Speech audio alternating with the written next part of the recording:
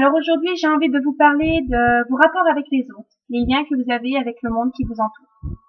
Alors, pour faire simple, pour commencer, je vais déjà vous donner un petit peu ma vision de voir, ma façon de voir les choses, ma vision des choses concernant en fait les conflits. Lorsque vous êtes en conflit avec quelqu'un, lorsque quelqu'un, vraiment, quand il y a un conflit avec quelqu'un, il faut que vous compreniez en quoi cela vous dérange. C'est-à-dire si quelqu'un vous dit quelque chose qui vous fait mal au cœur, qui vous touche, qui vous perturbe, si vraiment ça résonne en vous, c'est qu'il y a quelque chose à travailler.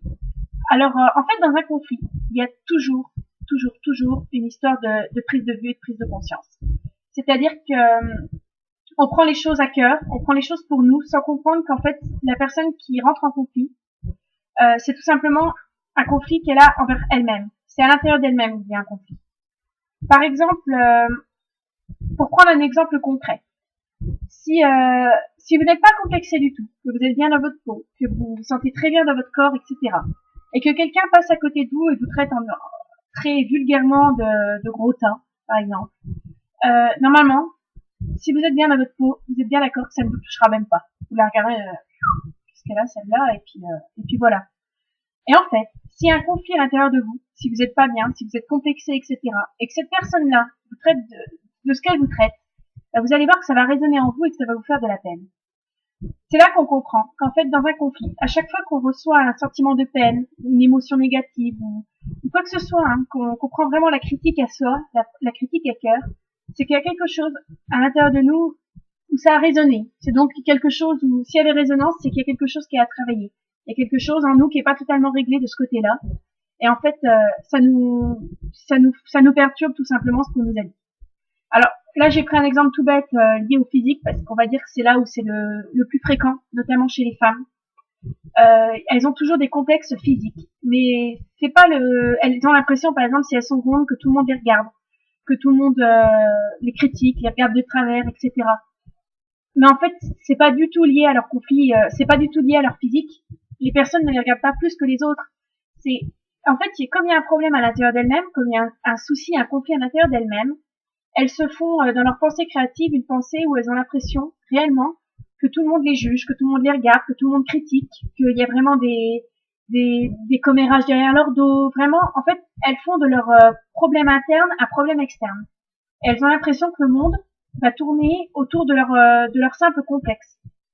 Une femme, par exemple, qui a l'impression d'avoir une petite poitrine, elle va avoir l'impression que les hommes la jugent par rapport à sa poitrine, que personne ne peut l'aimer parce qu'elle a des petits seins, qu'elle n'est pas désirable, en fait, toute sa vie va tourner autour de son petit complexe finalement qui n'existe même pas. C'est à partir du moment où le complexe existe pour nous qu'on le fait créer pour quelque chose d'autre, pour quelqu'un d'autre. Cette même personne, par exemple, elle va porter un petit haut super sympa, et quand les gens vont regarder, elle va jamais penser que c'est son haut super sympa qui est fashion ou autre que les gens regardent. Elle va tout de suite se focaliser en disant il regarde mes petits seins, il regarde ma poitrine, il regarde mon absence de poitrine.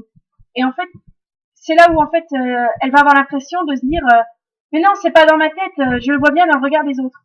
Je le vois bien dans le regard des autres. Non, c'est dans son regard à elle qu'il y a un souci. Et donc c'est elle qui crée en fait un conflit avec les autres.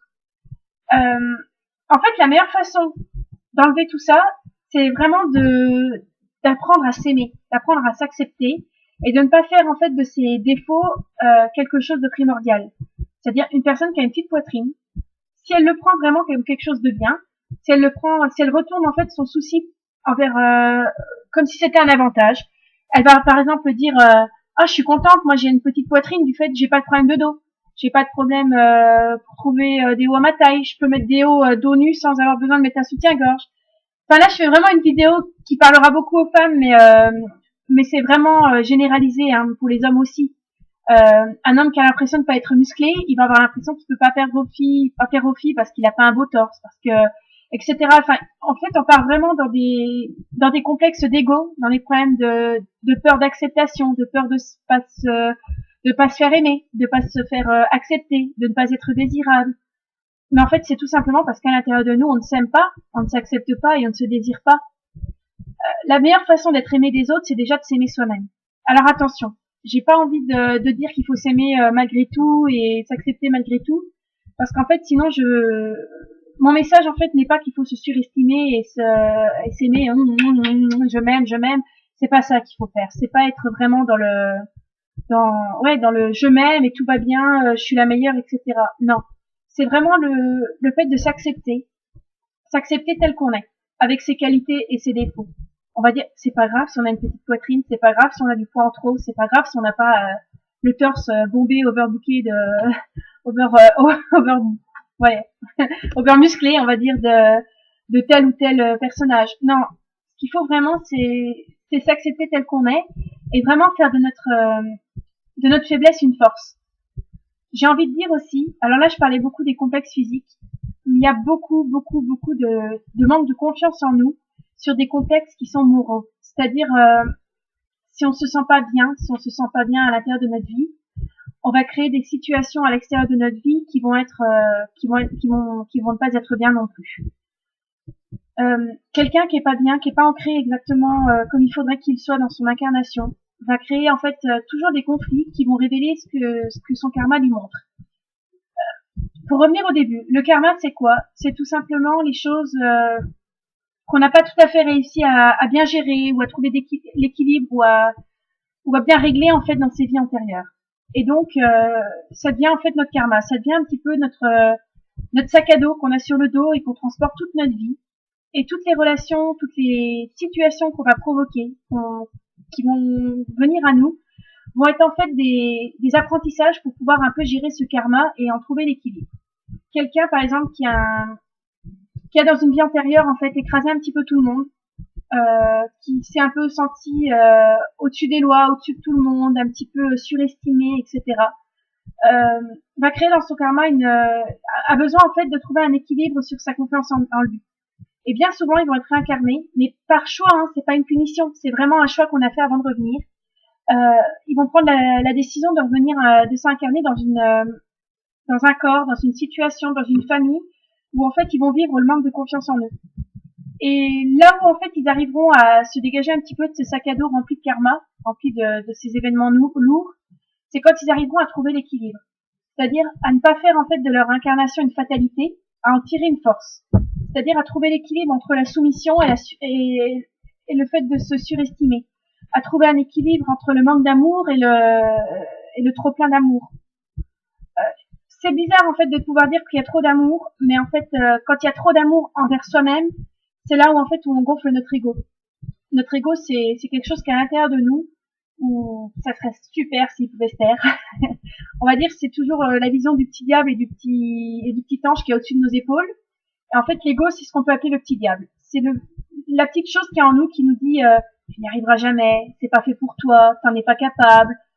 C'est nos peurs, c'est nos regrets, c'est notre jalousie, c'est notre rancune, c'est tout vraiment ces sentiments qui nous empêchent d'avancer, qui nous bloquent dans notre évolution. Et en fait, la meilleure façon de taire son ego, c'est de se comprendre à l'intérieur de soi, c'est de s'accepter et d'avancer en disant je ne vaux pas moins que les autres, mais je ne vaux pas plus que les autres. Je suis égale. Je suis égale aux autres. Il n'y a pas de... En fait, quand on enlève cet ego, on enlève toute cette valeur de jugement. La valeur de se dire je fais mieux que les autres ou je fais moins bien que les autres. Je suis plus intelligent ou je suis moins intelligent que les autres. Tout ça, c'est de l'ego. Tout ça, en fait, il n'y a pas de hiérarchie à proprement dit entre les hommes comme nous le sommes. Il y a surtout une question d'égalité et d'amour qu'il faut vraiment comprendre envers nous-mêmes. Si on s'aime à l'intérieur de nous-mêmes, on aimera forcément beaucoup plus les autres et on produira en fait des situations dans la pensée créative où les autres nous aiment. Puisqu'en fait, on ne peut pas créer le dégoût ou on ne peut pas créer en fait la haine si on ne la conçoit pas à l'intérieur de nous-mêmes. Les autres, en fait, on vit dans une matrice. Alors ça, la matrice, je l'expliquerai dans une vidéo parce que c'est quelque chose qui est un petit peu complexe à comprendre. Je prendrai un petit peu de temps pour l'expliquer comme j'ai l'impression que ça se passe, vraiment au niveau de la matrice. Mais pour en venir tout simplement au rapport avec les autres, je veux dire que les rapports avec les autres sont totalement le miroir du rapport qu'on a avec nous-mêmes. Si on s'aime, si on s'apprécie et si on se fait confiance, on va être dans des situations où en fait les autres nous aiment, nous apprécient et nous font confiance. Et aussi dans des situations où on aimera les autres, on les appréciera et on leur fera confiance. Voilà. À méditer. Au revoir.